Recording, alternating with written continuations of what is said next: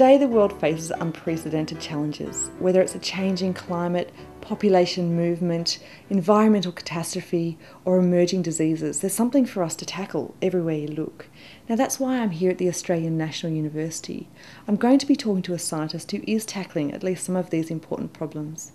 I'm Bobby Cereni and I'll be talking to Professor Tony McMichael from the National Centre for Epidemiology and Population Health. Tony's work spans changes in the climate, human health and environmental issues. Hello Tony. Hello Bobby. Thanks for talking to me today. I'm very interested in these two big questions of sustainability and human health, and I wonder if you can tell us about what that really means. Well, they're not really two separate questions. The point of a lot of the work that we do is to establish that there's a fundamental link between how we manage our environment in the medium to long term and what that means for human health. Human health is absolutely dependent on our maintenance of the natural environmental systems that produce the food and produce the fresh water flows and exercise controls on infectious disease patterns and all of those sorts of things. So, as we see it, achieving sustainability of the natural environment, the ecological systems, is a prerequisite to sustaining good population health. So when we talk about human health in the Australian context, what does that really mean? Well, if you just take an immediate, let's say a sort of cross-sectional approach to that, we're talking about a society that's achieved really a high level of health. And that's, if you like, an end product of a period of industrialisation, economic development in rich countries all over the world. And we might note that in order to get there, we've had to subsidise ourselves enormously from the environment around us in terms of extracting energy, extracting materials, intensifying food production systems and so on. And those things have been good for us in the short term. They've underpinned many improvements in health. But now the question, of course, is whether or not we can sustain that. For the moment, life expectancy in Australia is high. Levels of health measured on international standards are pretty good in this country. But we're beginning to see a number of threats to health coming over the horizon. One of them that's talked about a lot, of course, is the rise of overweight and obesity as a consequence of really a mismanagement of the energy budget in our daily lives. More energy in than more energy out, and that's a function of our whole culture, ways that we live. That sort of problem is, I think, beginning to be understood by our community.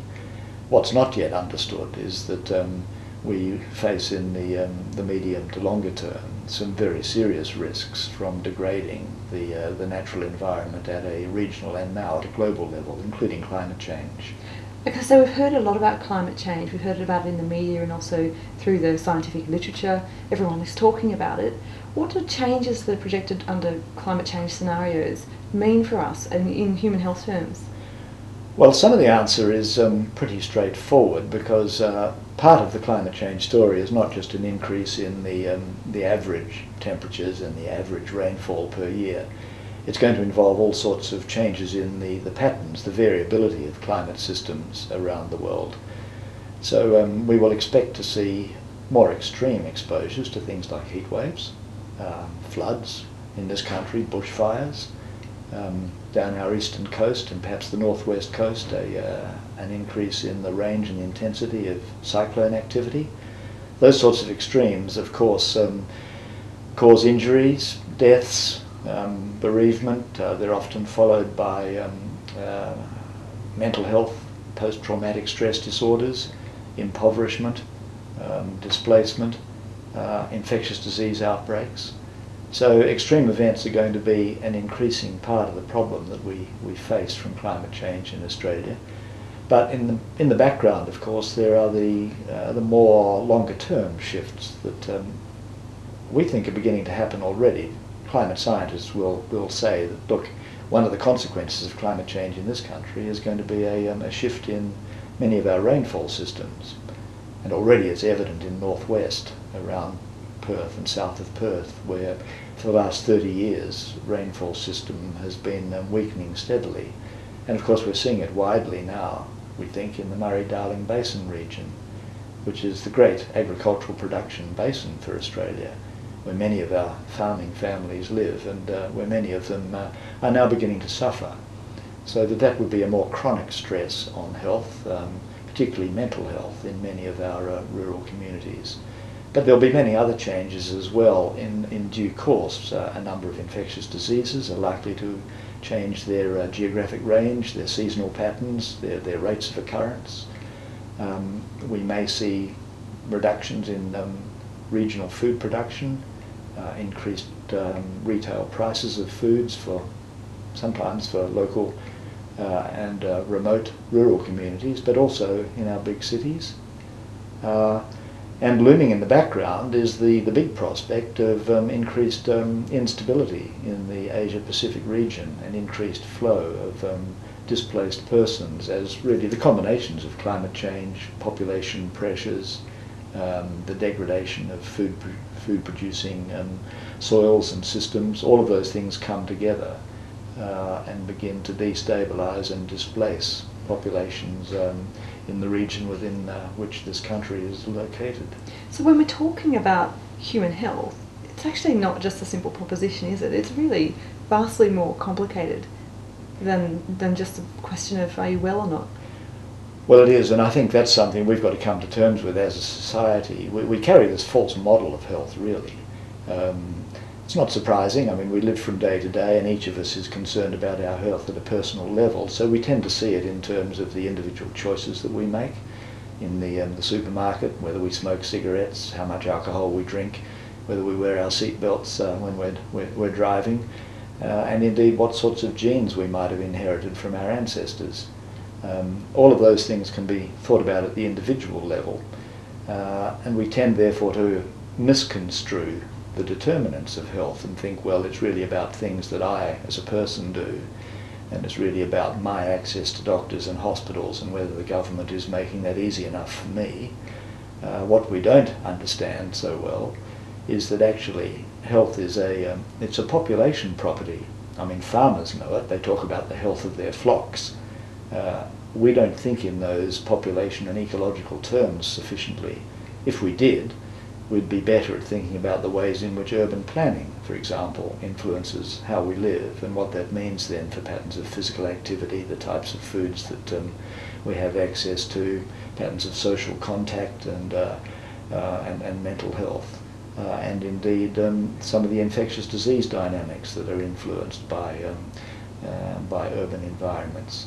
So we really need a more ecological, population level understanding of human health, which of course is exactly the level at which we have to be concerned about the impact of climate change. It's going to impact on whole communities, whole populations. It's not going to pick out you or me. It's a population level health problem. So how do you go about studying whole human populations? It sounds like it's quite a difficult task. Well, the trade I'm in, epidemiology, is always a challenging one, because we can operate, and we have to operate at various levels. Some of the studies we do are done at a very local level, in which we might just be comparing sets of individuals who do or don't have some particular disease and seeing whether there's something different in the way they lead their daily lives. But at another level, we have to ask the bigger questions as to whether the rates of obesity, for example, are going up more rapidly in our urban population than in our rural population. And if they are, can we begin to understand that in terms of different environment, different ways of living? We can also make comparisons between countries and ask ourselves, can we explain why the rates of asthma, for example, are going up in rich countries faster than in low-income countries? What does that tell us about, if you like, Western lifestyles, and how that might be influencing, most probably, early life exposures to all sorts of infectious agents, in the way that children would normally encounter them, or would in the past have normally encountered them, just in day-to-day play and crawling around in the dirt and dust and being exposed to infectious agents from their little brothers and sisters. Those things have changed a lot in modern Western societies, and we think that's one reason why in those countries the early experience of the immune system in children is very different from how it would have been ancestrally, and is actually taking them off on a path that makes them more predisposed to things like asthma. So you see, I've talked about comparing sets of individuals, comparing groups within a country, and comparing whole countries, and they all answer different sorts of questions. Now, you've worked internationally on these very large-scale human population level problems. Yes. Can you tell us a bit about how that's come about?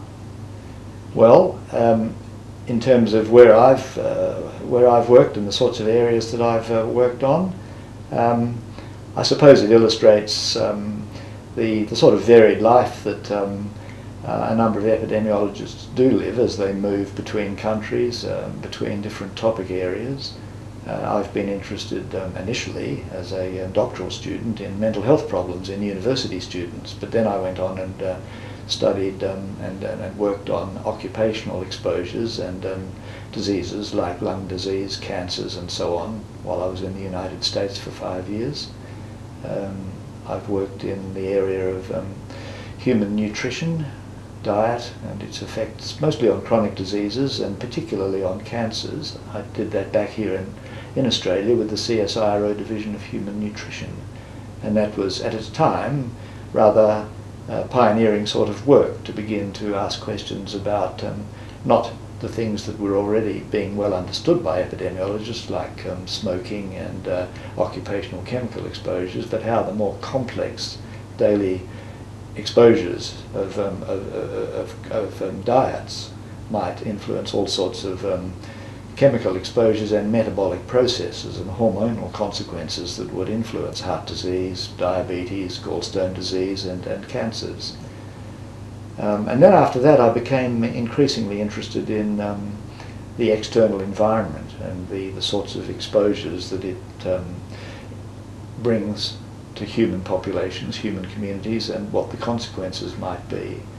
And after doing quite a bit of work on environmental lead in South Australia around the big smelter town of Port Pirie, and looking in a long-running study at how it affects the intellectual, the neurocognitive development of young children.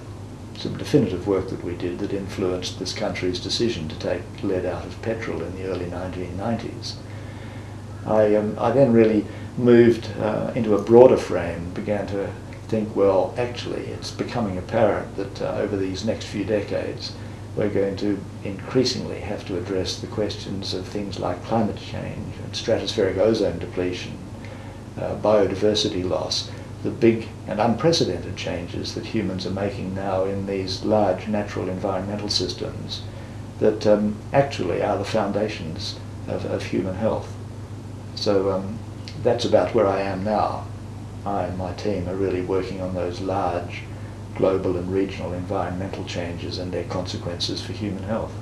They do sound like very complex problems, and I imagine when you're talking about them that they require a lot of different skills, a lot of different people with different research interests and a different, I suppose, view of society and populations. Can you tell us a bit about who you're working with and what kind of research is going on within the team?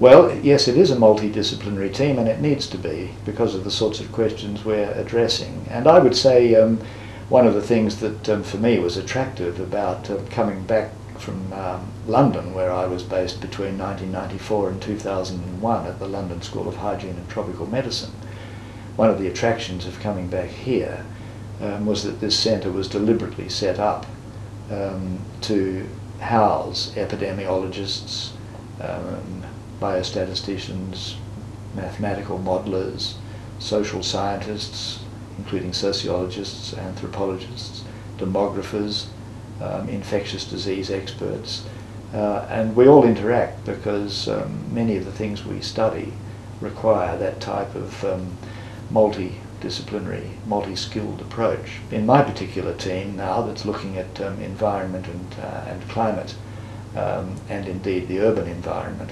and health, we have that sort of mix that I've just described. And of course, we engage very widely with colleagues elsewhere in this university, climate scientists, earth system scientists, environmental scientists, modelers and so on. But by the nature of our work, we're also engaging a great deal with other universities and indeed with international networks. It's a very international topic area that has us engaged widely around the Asia-Pacific region and indeed with international agencies within and beyond the United Nations system. So can you tell us a bit more about your relationship with some of those big international bodies? For example, the World Health Organization is one you work with, and the International Panel on Climate Change. What kind of role have you played with them, and what have they wanted to know? Well, the work with WHO in Geneva, which is the headquarters of the World Health Organization, is a continuing commitment of mine. I'm one of their longest standing and most senior advisors in the area of climate change and health, and really have been working with WHO since the early 1990s. And it was really through that early engagement with them and helping WHO to understand that this was going to be part of their future agenda, because around 1990 they did not have it on their radar screen. But I was instrumental in helping them to begin to engage in this area, and out of that came my early involvement with the Intergovernmental Panel on Climate Change, which was set up in the late 1980s by the United Nations to advise the governments of the world on what we know about climate change and what sort of consequences it might have and what we ought to be doing about it. And I was asked if I would chair the health risk assessment chapter team, which I did for 2 of the 5-year cycles, and then I became an editor, a review editor in the 3rd cycle, which completed its work about 3 or 4 years ago. So I had a long-standing involvement with those bodies, and some of my colleagues in my team here also work very closely with those and other international networks. It sounds as though the Australian research really feeds into that international process of research coming in and contributing to policy around the world. What would you say to a young researcher who wants to get into this field? What advice would you give them? Well, the first thing to say is that a number of young researchers are now coming into this area, and that's one of the very heartening things, because if I digress for just a moment, when I moved into the area it was seen as rather unorthodox. And really throughout the 1990s I would say there would have been no more than about 5 to 10 epidemiologists around the whole world that were beginning to address questions of this scale and complexity, because it doesn't fit easily with textbook research ideas and practice. As your questions have implied, this is a big, new, complex area on a scale not previously addressed by population health research, and also extending, you see, so far into the future. We have to address questions about what the patterns of malaria in the world at large, or dengue fever in this country, might be in 2050 or 2080, so that we can understand the sort of path that we could be on if we don't take action to slow or arrest climate change. So the field has really begun to take off, I would say, in the last 5 years. And I now have a very interesting and diverse group of half a dozen different PhD students working on different aspects of the topic. We're starting to get every week now inquiries from around the region, from China, from India, from Iran, and beyond, from younger researchers wanting to come and work in this area. So we look to those younger persons, of course, to create the momentum and the critical mass that's needed, because it's been hard to really sort of staff or populate this area from the more senior ranks. Most of my colleagues are rather committed to working in well-established areas and would not have been prepared to move across. But it's the younger persons that are seeing that this is important. There are big opportunities and scientific challenges here, and furthermore it's going to be part of their lives as citizens, and part of the things that actually influences their children and grandchildren. They can see that they've got both a professional and a personal stake in this, so they're getting into it. From what you've been saying, there's a lot of new opportunities out there for researchers. What really excites you about the field? Well, one of the things that does excite me is that at last we're seeing this recognition of the fundamental importance of human population health as a consequence and as a criterion of how well or badly we're managing the natural world around us. So the message is starting to come through that sure, things like our economy and various industries and recreational amenities and physical infrastructure are all being put at risk by climate change, but that ultimately the really bad news could be the adverse effects on human health and indeed survival in many parts of the world. So that message is getting through, and that's heartening. I think the other thing that's exciting is that we can begin to see that our interest in climate change and our interest in how we plan our cities and live in the urban environment, our interest in food systems, the way that we produce food, and the painful experiences we've had with some infectious diseases that have emerged from unwise and intensified food production practices in the last decade or so. The whole mad cow disease episode, avian influenza from intensified poultry production systems, and things of this kind have alerted us to the need to think again about food production methods and human health consequences. And the issue of